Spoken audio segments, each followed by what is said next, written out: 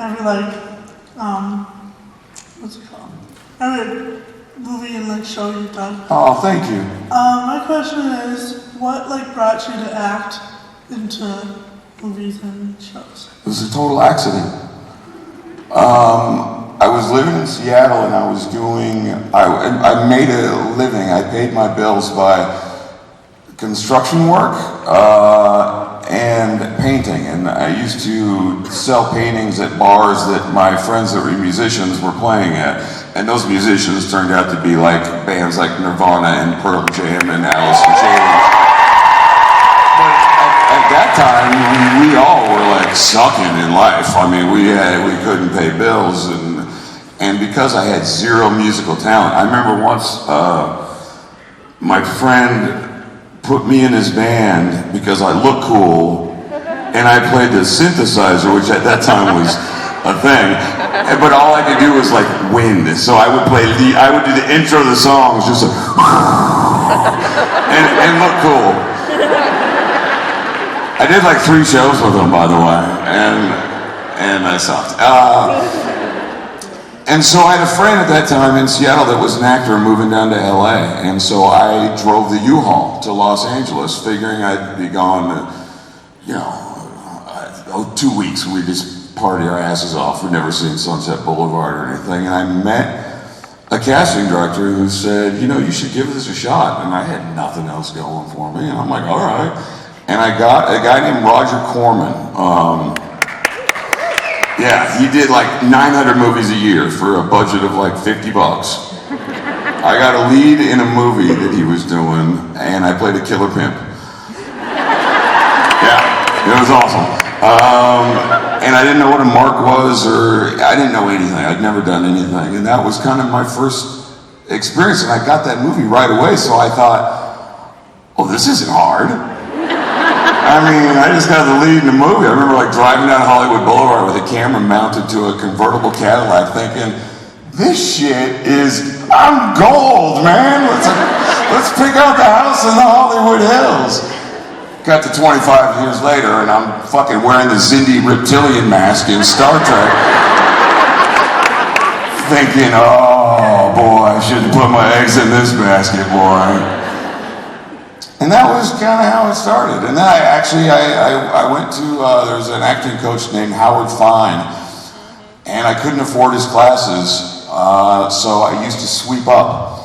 And I got kind of an introduction to what acting was supposed to be, and I just loved it. And once you kind of get a taste of it, if it's in your blood, it's in your blood, and that's kind of how it was for me, and that was it.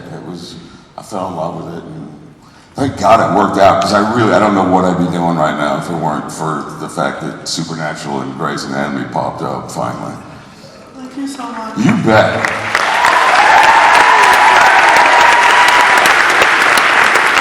10-4. Great story, dumbass. Guy thinks he's all tough because he plays fucking Negan. Giving a shit for gelling. See, I don't even need you guys anymore. I heckle myself.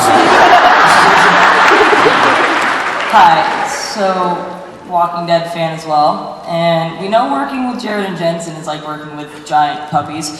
How does that compare to working with Norman Reedus, who's also a giant puppy? Yeah, very similar in their puppyhood. Norman he's like my long lost little brother. All we do is ride motorcycles. I mean, I have to work sometimes, but when I'm not working, I'm generally ditching my kid and my wife to go on a motorcycle ride somewhere. That's not a good thing. We shouldn't encourage me ditching my wife. But I can't tell you if I work with him or not. You know what I mean? Maybe I've worked with him. Maybe I haven't. Oh, listen, and the crowd turns. What? That wasn't even a possibility 5 seconds ago in my brain. I told you, if you get through 701, it's gonna be something. Good luck getting through 701. Norman, off camera, is still a big cuddly teddy bear. And he's an awesome dude. Nice try with the question. Yeah. See, I can't answer any like direct questions. That was tricky though. Hi, I'm Heidi. Hi, Heidi. I really love Magic City, and I was just wondering if there's a role that you had to say goodbye to that you wish there was more to explore out of your whole career. Which role would that be? I think Magic City's a good one. I think John Winchester's a good one. Yeah, I've always thought that there was a lot of story that we don't know about John Winchester. And we'll see if we ever get back to it. But you probably know more about one day. You know, every time I come to one of these, someone starts talking about John Winchester, and you got to remember that I died in season 2, and lots of stuff has been said about him and done, and I'm aware of a little bit of it, but I don't know exactly where John sits right now in the story and what kind of man he was. I still think there's a story to be told there, though. And Mike Evans, for sure. Magic City. I loved playing him, and you know we're supposed to make a Magic City movie, and I hope that someday we do.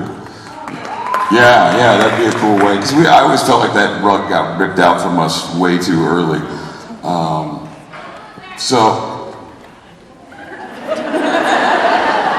Losers?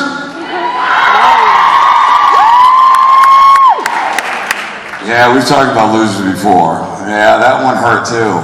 Yeah, there's a couple. Yeah, Clay was a good one. So let's go with those 3. Let's go John Winchester, Losers, and Ike Evans. I've got a lot of regrets. Could go on and on. Why'd that end? 10-4, Morgan. Shut the fuck up. Hi, this is kind of along the same lines as that question. I was wondering if there's any book, movie, or idea that you would like to see developed that you would like to be involved in. The one off the top of my head was a book, and this is when I was doing Grey's Anatomy, believe it or not. But it wasn't Grey's Anatomy. It was a book called Racing in the Rain. You might read that? And I lost it in a bidding war to Patrick friggin' Dempsey. I went after the rights to the book, and little did I know that Mr. Race Car Driver did too, and guess who got it?